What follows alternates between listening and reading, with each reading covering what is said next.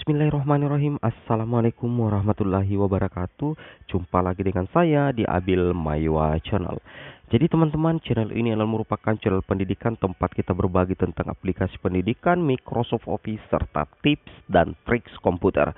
Jadi pada video kali ini kembali lagi admin akan berbagi informasi yang berjudul 3 kebijakan yang diinginkan guru honorer di seleksi guru P3K tahun 2020 nantinya. Semoga bisa dipertimbangkan. Karena berhubung ini sudah memasuki perampungan untuk tahap kedua, tentunya kita berbicara lagi terkait dengan P3K Guru tahun 2022 yang akan digulirkan pada tahun depan teman-temannya. Tentunya sebagai dasar atau acuan di tahun 2021 atau di tahap pertama dan tahap kedua, banyak sekali rekan-rekan guru honorer yang istilahnya tidak puas dengan kebijakan-kebijakan yang ada di tahap pertama dan tahap kedua. Nah, di sini kami coba ya. Di sini ada 3 contoh kebijakan ya yang sebenarnya diinginkan oleh guru honorer di seleksi guru P3K baik itu tahun 2021 ataupun tahun 2022. Nah, di sini semoga saja bisa dipertimbangkan ya teman-teman ya. Oke, kita langsung lanjut saja ke informasinya. Nah, di sini perlu teman-teman pahami bahwasanya di seleksi P3K tahun 2021 ini itu diikuti oleh 4 kategori ini. Kemudian melakukan pendaftaran. Di sini ada 2 kemungkinan, belum verbal dan sudah verbal. Kemudian setelah itu verbal kualifikasi pendidikan S1. Setelah itu teman-teman memilih formasi, kemudian memilih formasi di tahap pertama, ikuti seleksi. Setelah itu di tahap kedua lagi, setelah itu di tahap ketiga. Nah, di setelah tahap ketiga nantinya teman-teman itu akan ada istilah optimalisasi formasi. Nah, di situ nantinya akan ada istilah optimalisasi formasi kosong. Nah, optimalisasi formasi kosong di sini apa, Bang? Nah, itulah dikatakan pemenuhan kebutuhan formasi masih kosong setelah tahap pertama, kedua, dan ketiga selesai. Seperti itu teman-teman ya, itu yang teman-teman harus pahami. Nah, kemudian di sini ada 3 kebijakan ya. Kebijakan ini bukan kebijakan ya, ada 3 keinginan ya. Karena ini belum dilaksanakan ya. Jadi kita katakan saja ada 3 keinginan guru honorer di seleksi guru P3K tahun 2022. Yang pertama itu adalah memberikan formasi P3K guru di setiap sekolah di Indonesia berdasarkan database kebutuhan di Dapodik. Tujuannya apa? Agar nantinya guru-guru honorer itu tidak perlu lagi mencari formasi di sekolah lain. Jadi kebanyakan nantinya mudah-mudahan ya seperti itu.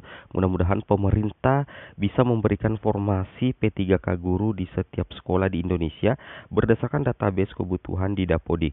Jika ini terjadi, nah misalkan seandainya di poin 1 ini diterapkan oleh pemerintah atau Kemendikbudristek, maka nantinya itu guru-guru honorer tidak akan lagi mencari atau melamar formasi P3K di sekolah lain, tetapi melainkan mengisi formasi di sekolah sendiri, kecuali bagi guru-guru honorer yang sekolahnya memang sudah penuh dengan guru PNS. Barulah mencari formasi di sekolah lain, seperti itu ya. Dengan adanya misalkan saja kebijakan ini diterapkan di tahap ketiga bukan tahap ketiga, di tahun 2022 nantinya, maka ini minimal ya mengurangi istilahnya protes dari guru honorer terkait dengan formasi. Karena nantinya setiap sekolah yang ada di Indonesia itu nantinya akan diberikan formasi berdasarkan data yang ada di Dapodik. Sekaligus ini bisa mengatasi teman-teman ya, mengatasi kekurangan guru secara merata yang ada di seluruh Indonesia. Mudah-mudahan saja ini bisa diterapkan nanti di tahap kedua. Di tahun 2022, artinya minimal bisa diadopsi oleh pemerintah atau dipikirkan oleh pemerintah untuk memberikan formasi P3K guru di setiap sekolah di Indonesia berdasarkan data kebutuhan di Dapodik. Tetapi dengan catatan sekali lagi sebenarnya di tahun 2021 ini sebenarnya di poin 1 ini sebenarnya sudah coba dilaksanakan oleh Kemendikbudristek. Ini poin pertama, sebenarnya coba dilaksanakan ya. Ini sebenarnya sudah dilaksanakan oleh Kemendikbudristek. Namun, apa kendalanya sehingga tidak terpenuhi semua kebutuhan formasi di tahun 2021?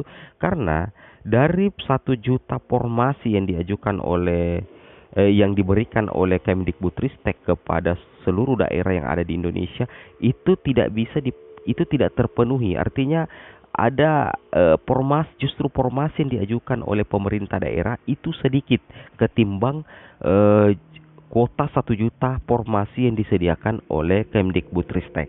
Sehingga menyebabkan apa? Nah, menyebabkan tidak terrealisasinya usaha pemerintah untuk mewujudkan 1 juta formasi di tahun 2021 ini. Ini sebenarnya sudah dilaksanakan. Nah, sisa bagaimana kolaborasi antara Pemda dengan pemerintah pusat nantinya. Seperti itu ya. Oke. Kita lanjut lagi.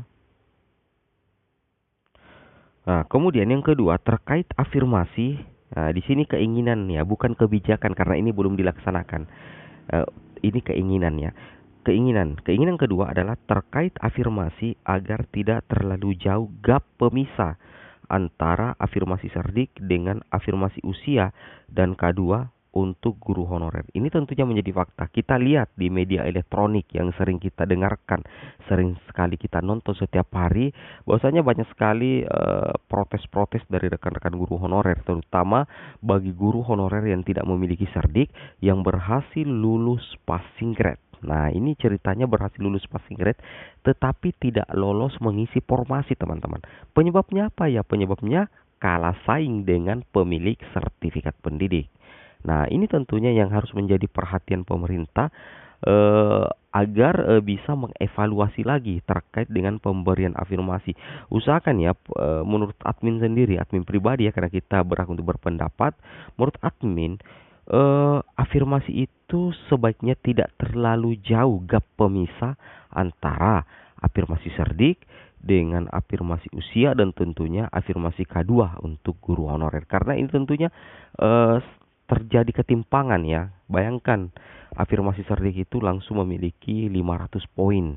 Luar biasa. Otomatis ketika kita yang tidak memiliki cerdik lulus passing grade bersaing dengan afirmasi cerdik, otomatis kalah teman-teman ya, seperti itu. Ini banyak faktanya di lapangan.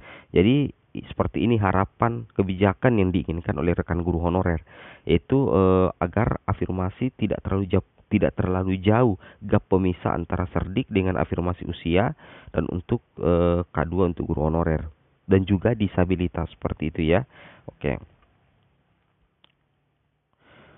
Kemudian yang ketiga, mengenai banyak aspirasi guru honorer terkait afirmasi pengabdian berdasar data Dapodik, sebaiknya coba diterapkan di tahun 2022 agar bisa membantu kelulusan guru honorer. Nah, ini banyak sekali rekan-rekan guru honorer yang juga menginginkan agar masa pengabdian itu dihitung sebagai salah satu bentuk afirmasi di tahun 2021 dan tentunya juga di tahun 2022 atau di tahun depan. Nah, menurut admin sebaiknya ini juga coba diterapkan di tahun 2022.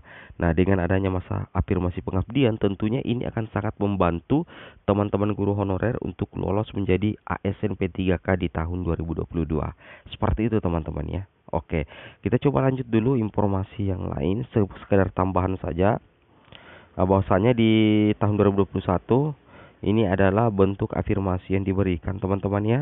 Untuk cerdik kan 100%, usia untuk teknis 15%, untuk disabilitas untuk teknisnya 10%, dan guru THK 2 untuk teknisnya 10%, seperti itu ya. Oke. Nah, di sini setelah itu barulah ada penyesuaian nilai ambang batas berdasarkan Kemenpan RB nomor 1169 yang mana terbagi atas 3 nilai ambang batas kategori 1, nilai ambang batas kategori 2 dan tentunya nilai ambang batas kategori yang ketiga, seperti itu ya.